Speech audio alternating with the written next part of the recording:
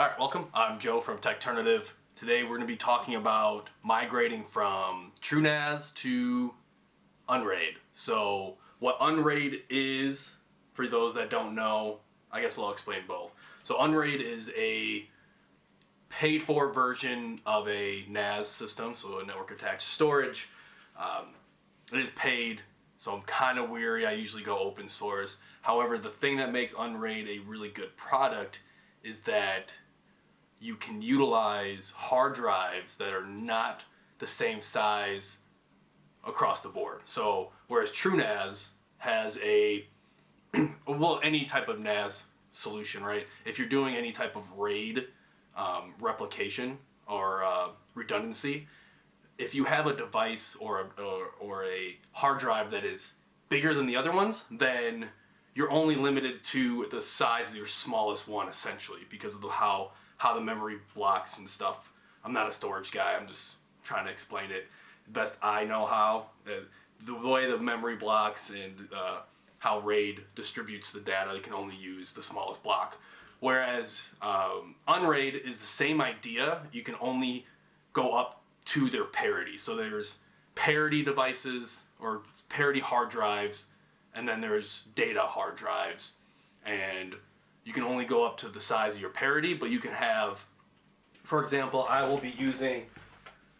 just got some 12 terabyte WD Reds for this new build, and one's going to be a parity drive, the other one's going to be the data drive, and then I also have two 6 terabyte WD Reds that I also will, once I transfer all the data from TrueNAS over to here, I'll migrate those over, but I can run those 3 hard drives, those 2 6s and the 112 together in this product versus TrueNAS, where I'd only be limited to the 6 terabytes across the RAID.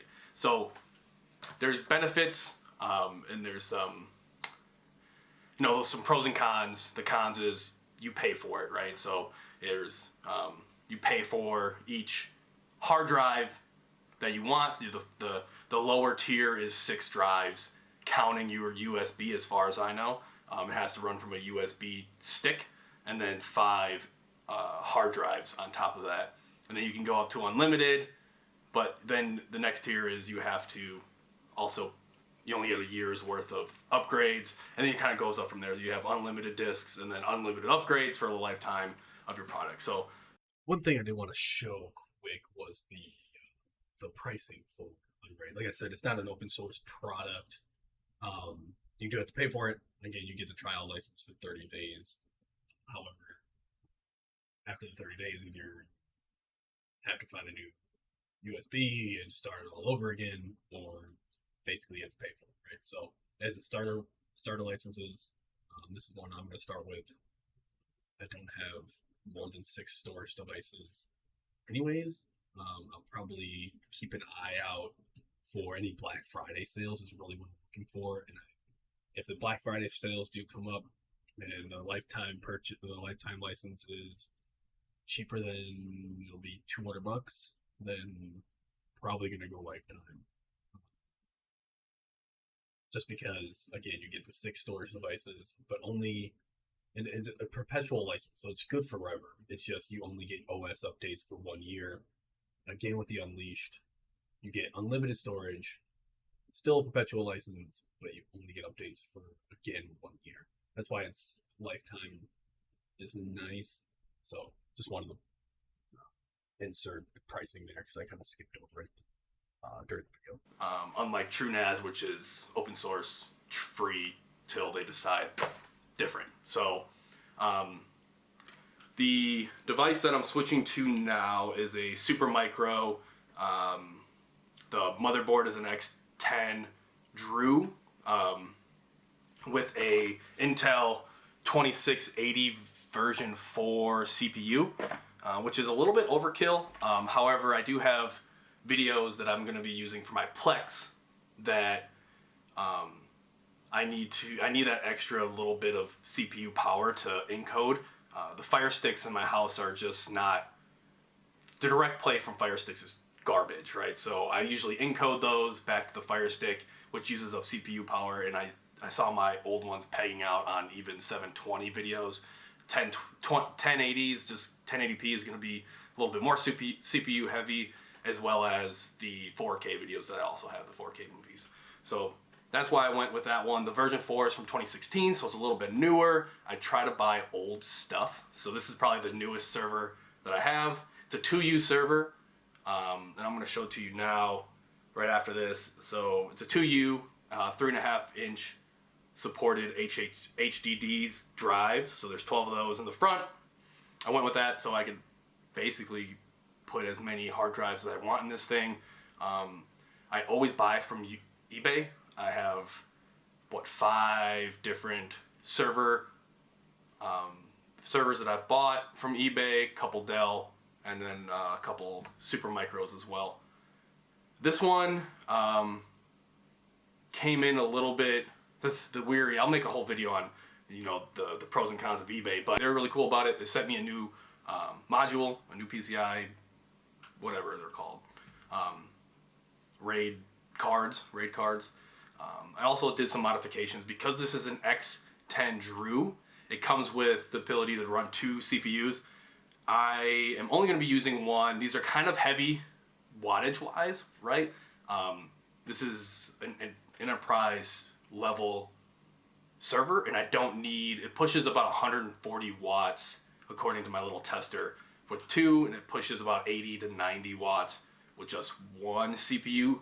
I only really need one, so I pulled off the other CPU side and I moved everything over from CPU 1 or CPU 2 to CPU 1 on the motherboard, which I'll show you. Then yeah, that's about it. One thing I did notice, and that I have noticed from some of these eBay servers, is that I have to go in and redo the thermal paste. A lot of these companies are mass producing, right? And a lot of times they just throw in how much thermal paste they want, and then they call it a day. Here you go. So you can see, hopefully it'll maybe focus there. So it's just an abundance of thermal paste on this cooler, this passive cooler here, which is slightly annoying. So I always like to take them off and redo the thermal paste. I mean, for the most part, they're just not great, right? So that's what we did. Let me pull this camera off and I will show you the insides and kind of what I did to make it from one CPU or 2 CPUs to 1 CPU. You have to bear with me. I'm holding it in my hand here. So as you can see, I'll cover this one up eventually. But so it has 2 CPUs, 1, 2, and they're labeled CPU 1. It's down here. Can't really see it, but CPU 1, CPU 2. Also, there's a diagram that you can go online and look up which CPU is 1 and which one's CPU 2.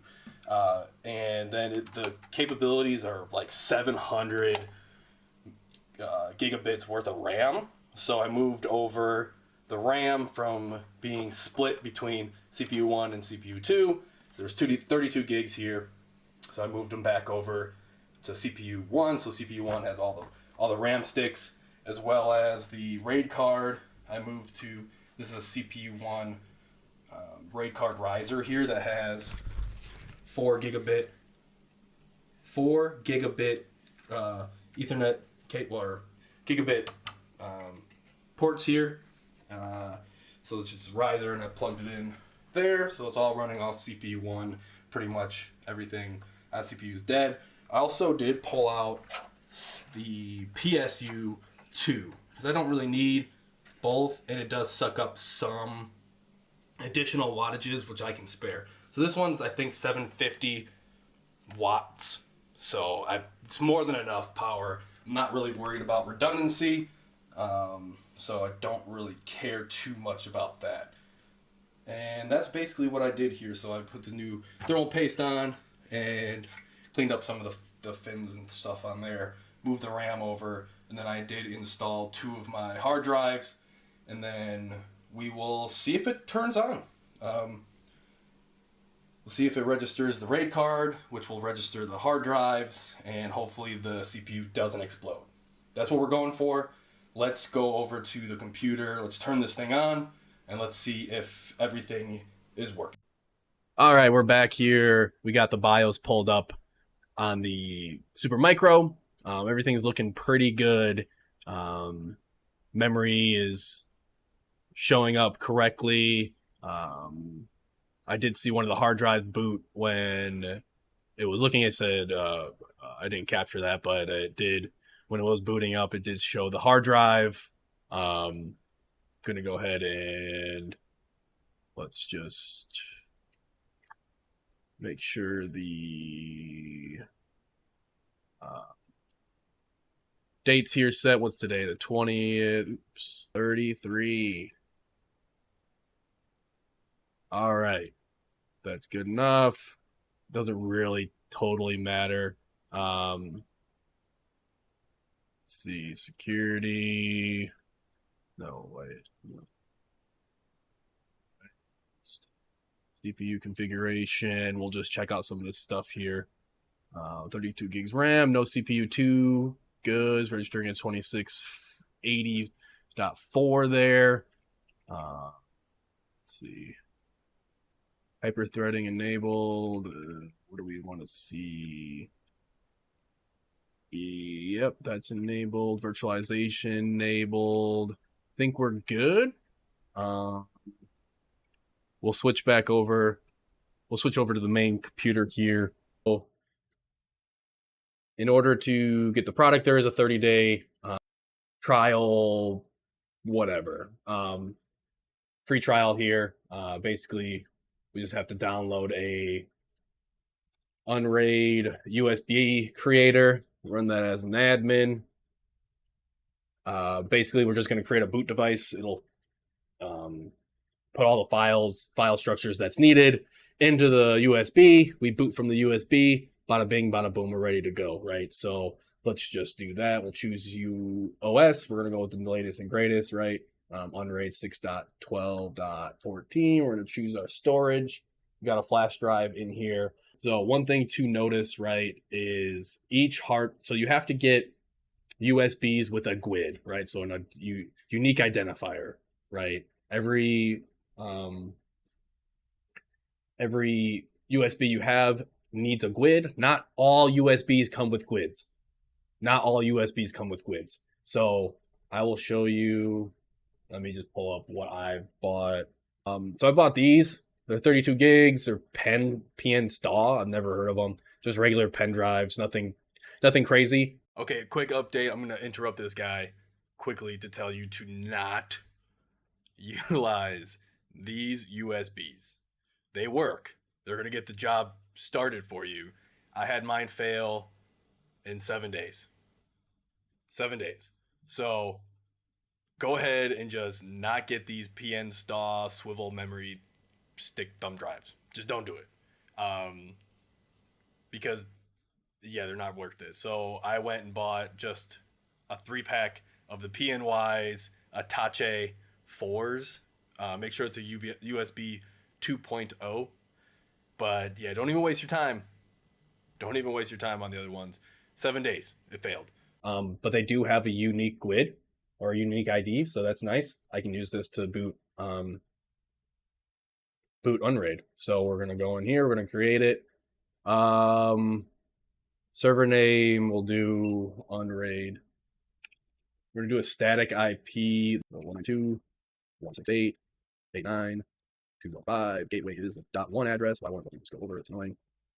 And DNS is also going to be the same. pfSense head end.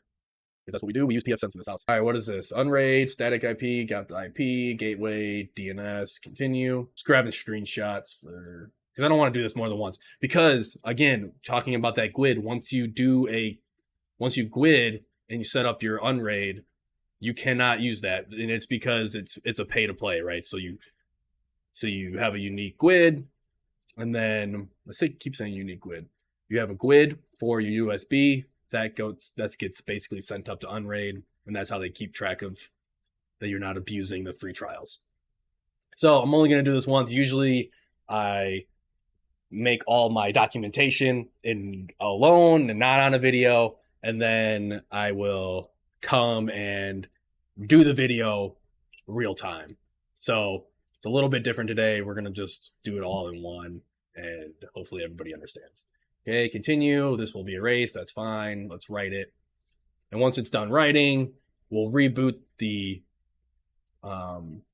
server, and we'll go back over to the CLI to make sure everything's good.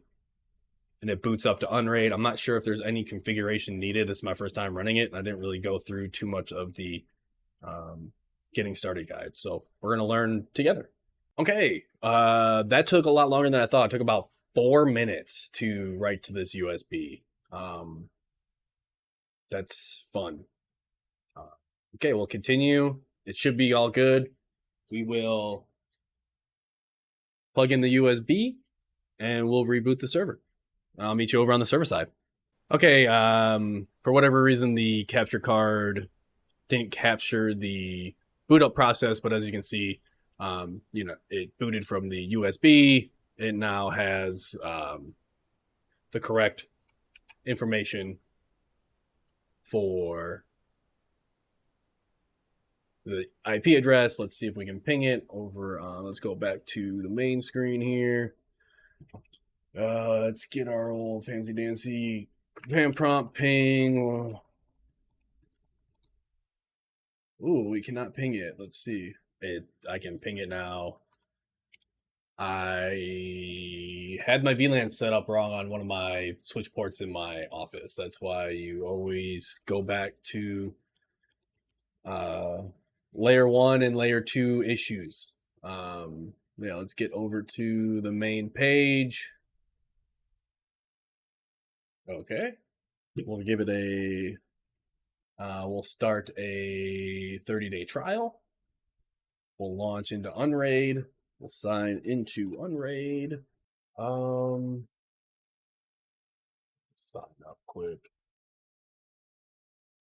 All right, we're into our media server. On here, I did not confirm my trial.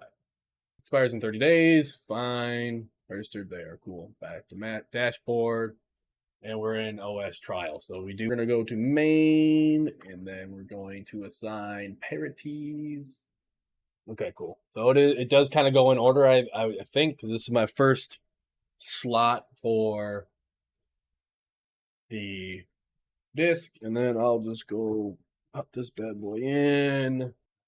This guy is disk 1. All existing data will be overwritten when array starts. Cool. Boot drive looks good.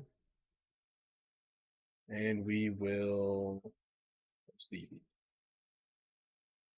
We'll let that do its thing.